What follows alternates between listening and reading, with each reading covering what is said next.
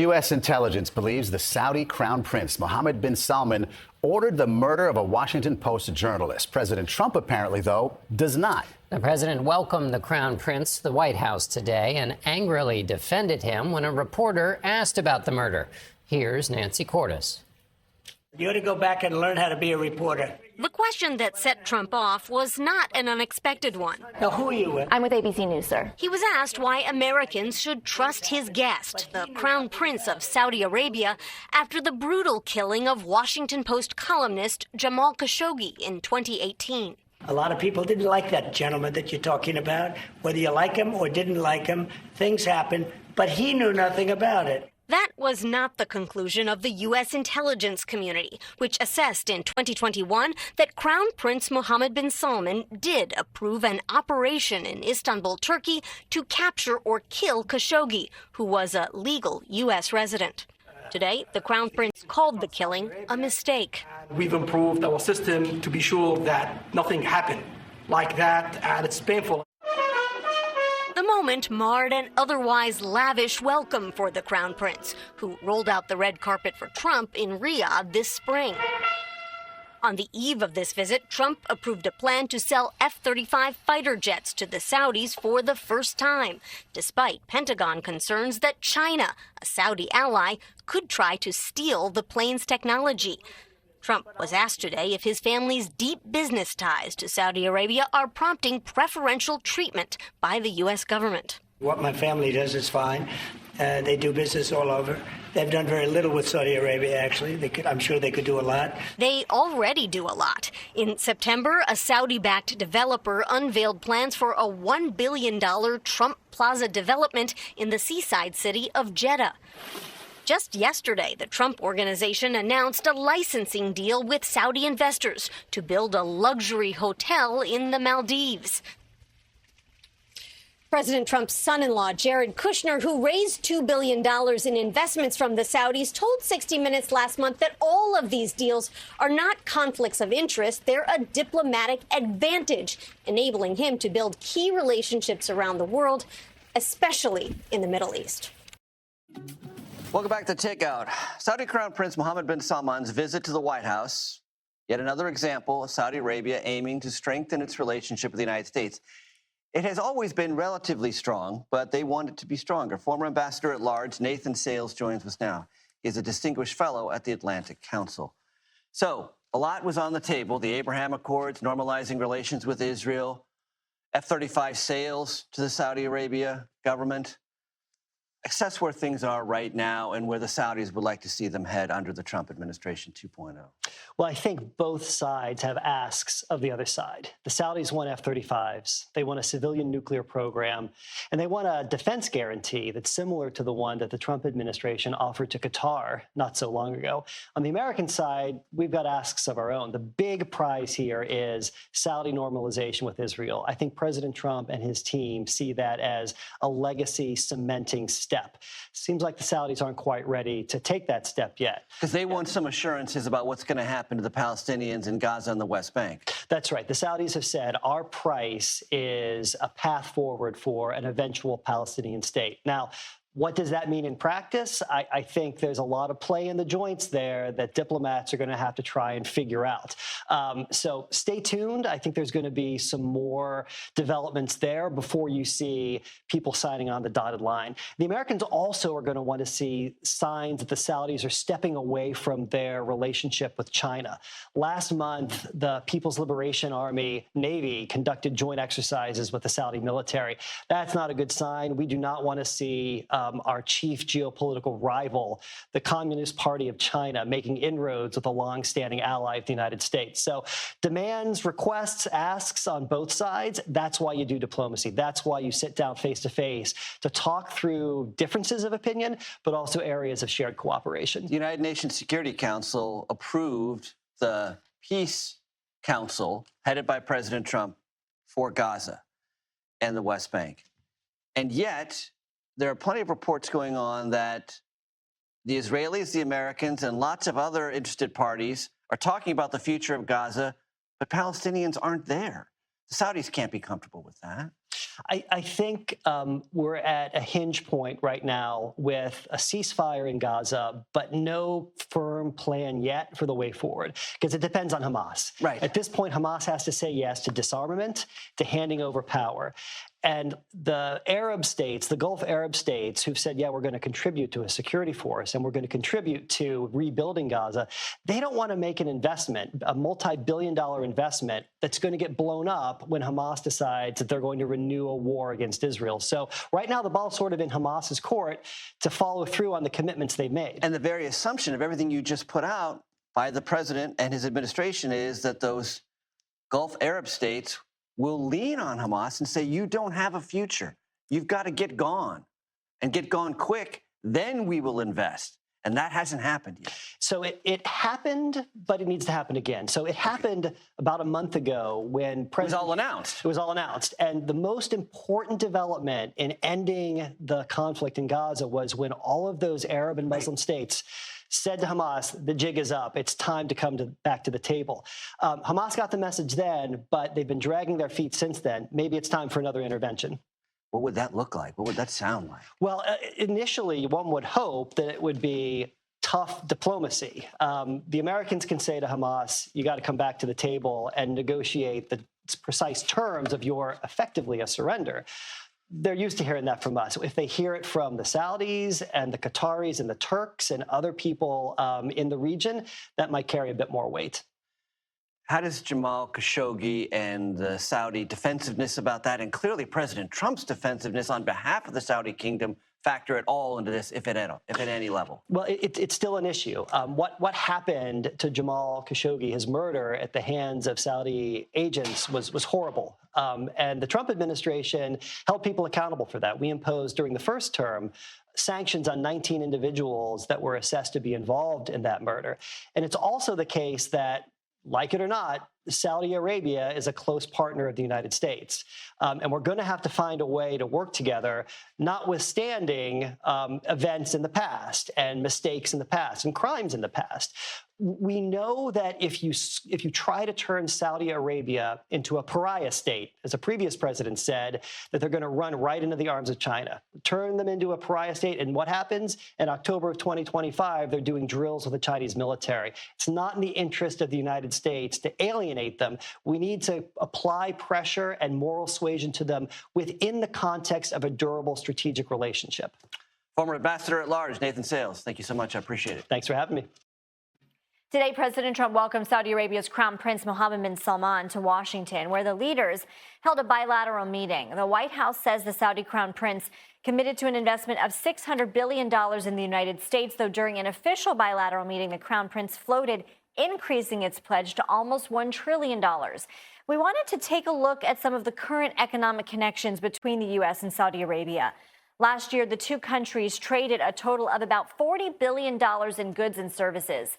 The U.S.'s top exports to the country include machinery like turbojet engines and vehicles, while Saudi Arabia's top exports to the U.S. include fertilizer and organic chemicals.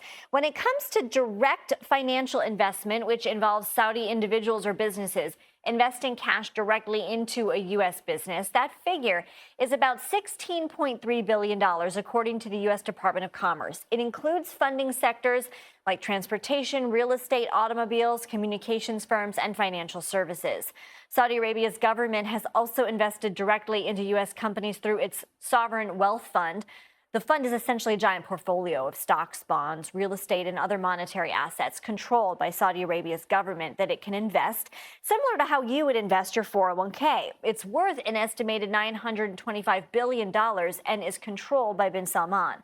According to the fund, 40% of all of its global investments are directed to the U.S., whether that's through companies or by purchasing goods and services. Some of the U.S. companies that it currently has stakes in include Uber and the video game companies Electronic Arts and Take-Two Interactive. In the past, the fund has invested in firms like Netflix, Apple, Visa, and Walmart. Despite the Crown Prince's and Trump's remarks today, the actual total investment could be different from what is projected. For example, in 2017, during Trump's first term, he stated there was a $110 billion defense agreement between the two countries. A CBS News analysis of Defense Security Cooperation Agency records found the actual total between 2017 and 2020 was closer to $23 billion. Defense analysts concluded that higher valuation came from Saudi letters of interest and not actual contracts guaranteeing the spending. I'm joined now by Karen Elliott House. She is a senior fellow at Harvard Kennedy School's Belfer Center for Science and International Affairs. She has spent years reporting on international affairs and wrote a book on bin Salman titled The Man Who Would Be King. Thank you so much for being here. Saudi Arabia's economy has seen declines in recent years. It is an economy heavily reliant on its oil industry. That's something the Crown Prince has been working to change over the past decade. Foreign investments are a big part of that. How do the Crown Prince and President Trump see economic ties with one another as mutually beneficial?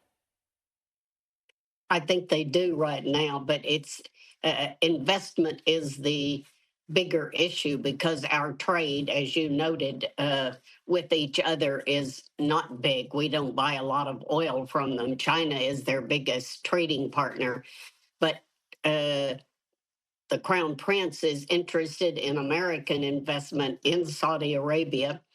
And Trump is interested in Saudi investment in the U.S. So they both had a good time today talking to each other about investment, whether this $1 trillion investment that the Crown Prince mentioned materializes.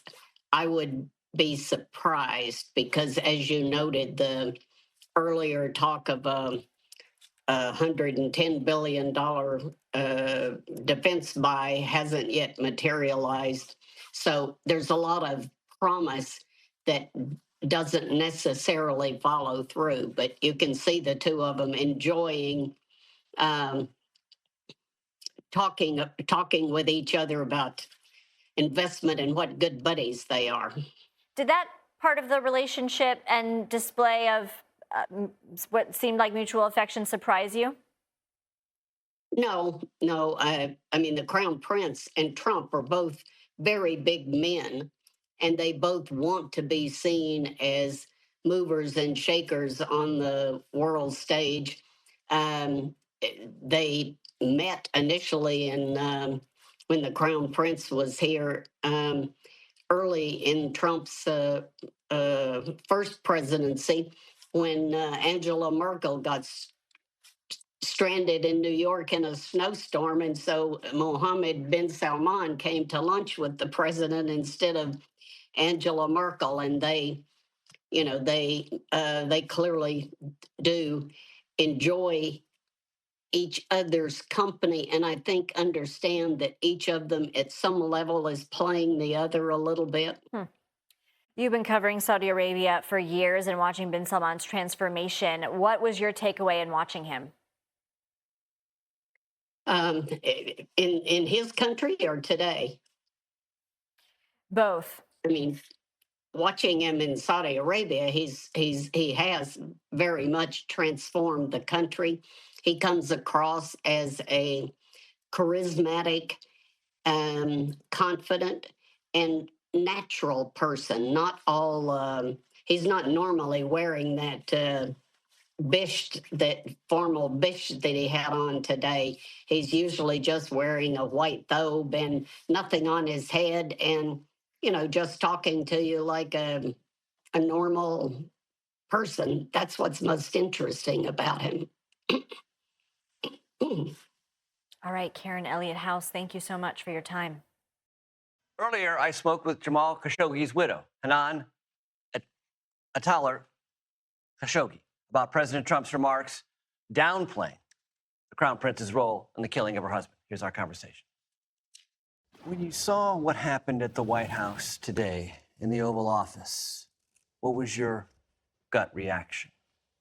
I did feel disappointed by describing my husband in this way and the kind of justify the crime.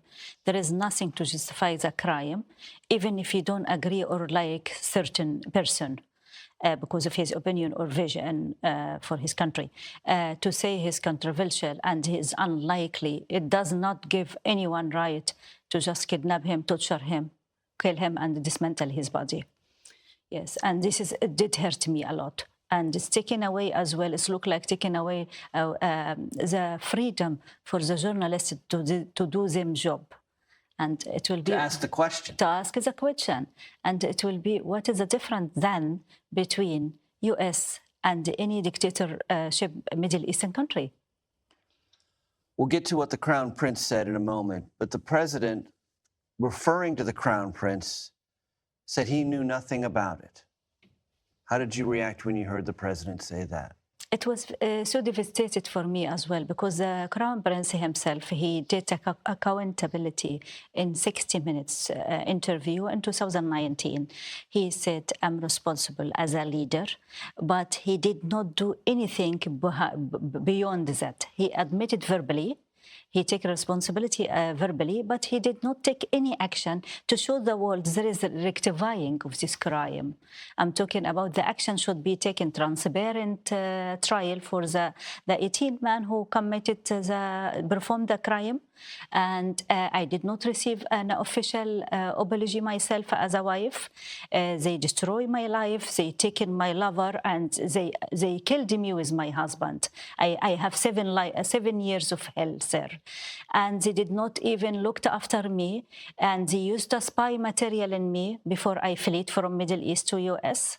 All of this not being rectified. If he take accountability verbally in 60 minutes, there is things need to be done to show really he's accountable for it. There is an action behind this verbal accountability, which did not happen. You just said 7 years of hell. It is. What do you mean by that? It destroyed my life. They inverted my life, infiltrated my devices. They watched Jamal through me. This is what I discovered when I came to America after I cooperated with the Pegasus project. With the Washington Post, they seek my help, which is I did help. And I discovered they was watching me since 2017. Away before they killed Jamal, to track him, because we saw... The Saudis were watching you? Emirati, by Bush. I grown up in Dubai, okay. Yes. But in collaboration with the Saudis? Absolutely, absolutely. Why Emirati will watch me? I was a cabin crew with Emirates for 22 years. I'm not a public figure or a politician to be watched. They watch me to track my husband because I'm a closest one to my husband. I was sharing his mission and vision. I'm the one that was supporting him in his exile. I was speaking up, putting in my social media, but it's fire back in me. They choose to destroy my life. They detained me many times in Dubai. I've been put in under house arrest. I've been tortured until I decided to flee to America. And then they killed your husband? And killed my husband and make my life hell. I'm isolated. I'm living away from my family. And it is very painful for me, sir. Today is the most painful day for me as well. I want to read to you what the Director of National Intelligence, Avril Haines, released in an unclassified form in February 2021. Quote, we assess the Saudi Arabia's Crown Prince Mohammed bin Salman approved an operation in Istanbul, Turkey, to capture or kill Jamal Khashoggi. We base this assessment on the Crown Prince's control of decision-making in the kingdom, the direct involvement of a key advisor and members of Mohammed bin Salman's protective detail in the operation, and the Crown Prince's support for using violent measures to silence dissidents abroad, including Khashoggi. That's the U.S. government. How do you know this? My lawyer, she did read the report. I did not read it myself, which is, it's very painful for me. If they taken this decision, I'm not sure 100% the order being given by the Crown Prince himself, because I don't have the tools. I don't have that intelligence. I don't have a country to support me to dig in and to make sure. But I believe the crime has happened. There is a lot of things have to be shown to show the world they regret, and there is some change, vital change to be happen to show the world, yeah, we're not going to this crime again. You can watch the rest of my interview with Hanan Al-Khashoggi on YouTube, or you can listen to it on your favorite podcast platform.